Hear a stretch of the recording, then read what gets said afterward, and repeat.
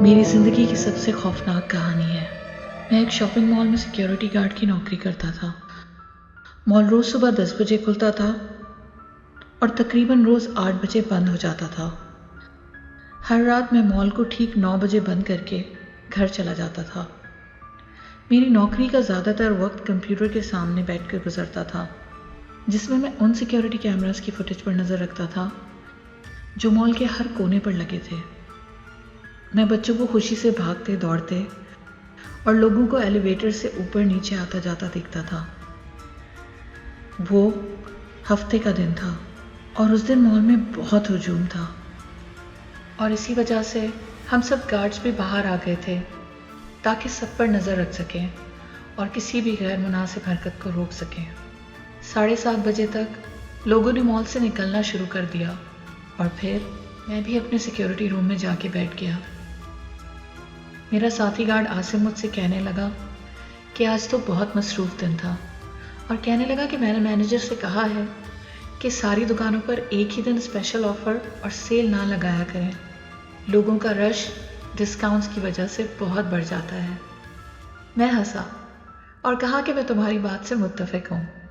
फिर आसिम ने मुझसे कहा कि आज मुझे घर जल्दी जाना है, सारी चाबियाँ दराज में हैं। अगर तुम सब लॉक कर दोगे ठीक 8 बजे तक तो बहुत अच्छा हो जाएगा।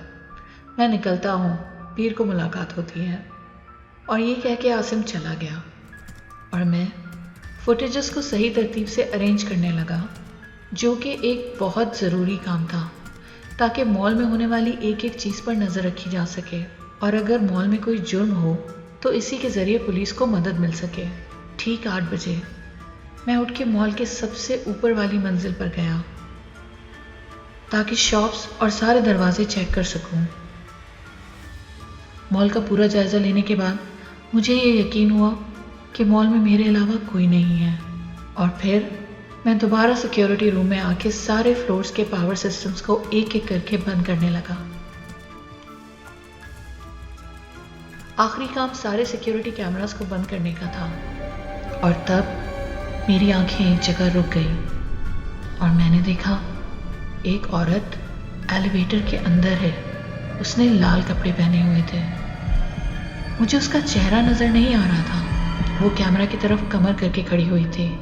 मैंने एलिवेटर अनाउंसमेंट की और कहा, मैम, मॉल बंद हो चुका है मैम, आप प्लीज़ एलिवेटर से बाहर आ जाएं, आप कल आ जाइएगा। लेकिन उस औरत ने मेरी अनाउंसमेंट पर तवज्जो नहीं दी, ना ही कैमरे की तरफ देखा।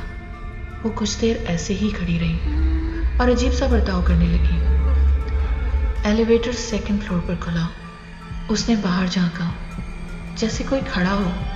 तब मैंने कैमरा से 2nd फ्लोर का कॉरिडोर देखा जो कि बिल्कुल खाली था। उसने पहले सीधे हाथ की तरफ देखा और फिर उल्टे हाथ की तरफ और फिर वो एलिवेटर में ही रही। फिर उसने एक बहुत ही अजीब सी हरकत की जिसने मुझे पागल कर दिया। उसने एलिवेटर के सारे बटन्स दबाना शुरू कर दिए। मैंने उसे धमकाने की कोशिश की कि अगर आप नीचे ना आई तो मैं खुद 2nd फ्लोर पर आकर आपको बाहर निकाल दूंगा। प्लीज मुझे ये करने पर मजबूर ना करें और खुद नीचे आ जाएं। इस बार उस औरत ने कैमरा की तरफ देखा।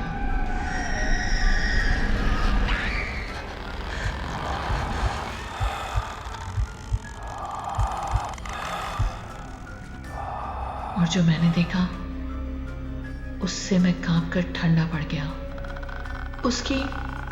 उसकी आंखें नहीं थीं। उसकी आंखों की जगह खाली सुराख थे जिसमें लेंसेज भी नहीं थे। और फिर वो कैमरा के करीब आई और उसको घूरती रही।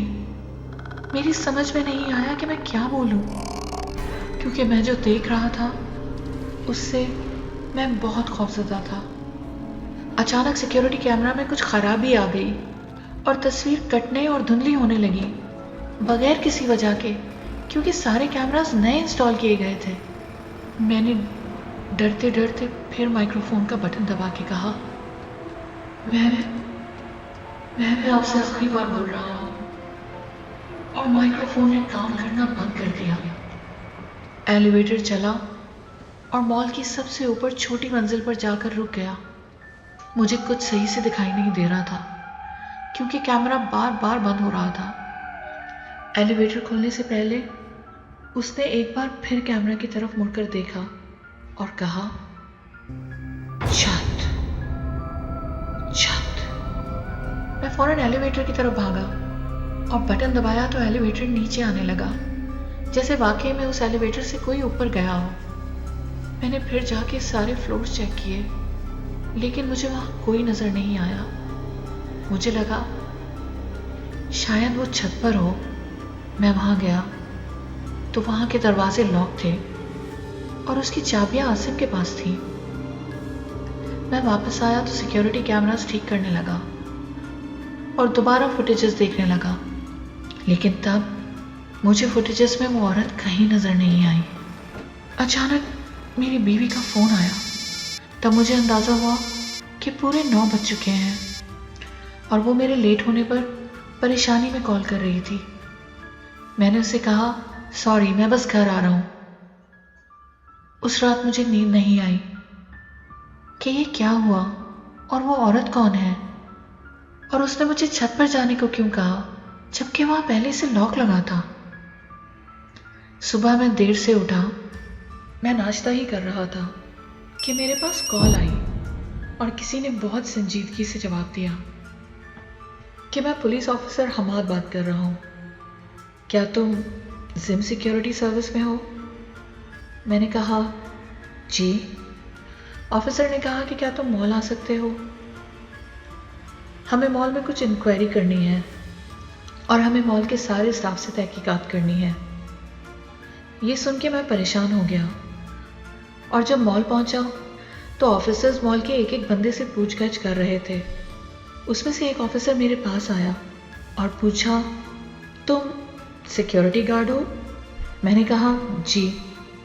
फिर उन्होंने मुझे एक फोटोग्राफ दिखाई कि क्या तुम इस लड़की को जानते हो? तब मेरी आंखें हैरत से खुली रह गईं। मैंने देखा ये वही लड़की है जिसको मैंने कल एलिवेटर में देखा था। मैंने कहा, जी, इसको मैंने कल रात मॉल में देखा था और वो कुछ अजीब सा बर्ताव कर रही थी और मुझे ये भी समझ नहीं आया कि वो मॉल बंद होने के बाद मॉल में कैसे आई, जबकि मॉल बंद होने के बाद मैंने पूरा मॉल चेक किया था और वहां कोई नहीं था और फिर वो खुद ही गायब हो गई। 2 और पुलिस ऑफिसर्स वहां आए और मुझसे पूछा, क्या तुम यकीनी तौर पर कह रहे हो कि कल रात यही लड़की थी? मैंने कहा, जी हाँ, मगर आप क्यों पूछ रहे हैं? तब पुलिस ऑफिसर हमाद ने कहा, मुझे वो फुटेजेस दिखाओ। मैंने उनसे कहा, यही तो अजीब सी बात है कि जब वो लड़की दिखी तो कैमरा ने काम करना छोड़ दिया और मुझे वो फुटेजेस दोबारा चेक करने पर भी वो लड़की नजर नहीं आई। उन्होंने आपस में एक दूसरे को देखा और कहा कि ये लड़की 1 हफ्ते से लापता है। तुम्हें क्या लगता है, हम बेवकूफ हैं? ये सुन के मेरे पसीने निकल आए। ऑफिसर हमाद ने कहा, देखो, हमें ये इन्फॉर्मेशन मिली है कि ये लड़की आखिरी बार मॉल में देखी गई है। मुझे आखिरी हफ्ते की फुटेजेस दिखाओ। मैं उन्हें अपने रूम में ले गया और 3 घंटे तक फुटेजेस देखने के बाद वो लड़की एक फुटेज में मॉल में आती हुई दिखाई दी, जिसमें वो एलिवेटर में गई और 4th फ्लोर पर रुकी और उस वक्त फुटेज में 8 बजे का टाइम था। मैं ये देख के हैरान था कि वो मॉल बंद होने के टाइम कैसे आई। फिर मुझे याद आया कि उस दिन आसिम की ड्यूटी थी मॉल में। मैंने पुलिस को बताया कि कल रात उस औरत ने छत पर जाने का कहा और छत की चाबियां तो आसिम के पास रहती हैं, और तब पुलिस ने आसिम से छत की चाबियां मांगी। ये सुन के आसिम ने वहां से फरार होने की कोशिश की। पुलिस ने उसको पकड़ लिया और जाकर छत का जायजा लिया और तब पुलिस को एक औरत की लाश पानी के टैंक के नीचे एक कचरे के बैग में लिपटी हुई नजर आई। आसिम अपनी बीवी को धोखा दे रहा था और उस रात वो सब खत्म करने वहां आई थी। इसी में उन दोनों के बीच कुछ झगड़ा हुआ और आसिम ने उसका कत्ल कर दिया।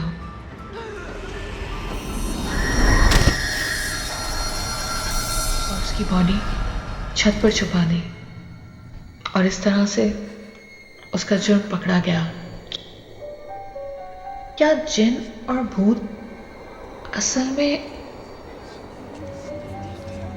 लेकिन मुझे ये यकीन है कि उस रात वो लड़की मॉल में दिखी थी जो पिछले 1 हफ्ते पहले मर चुकी थी।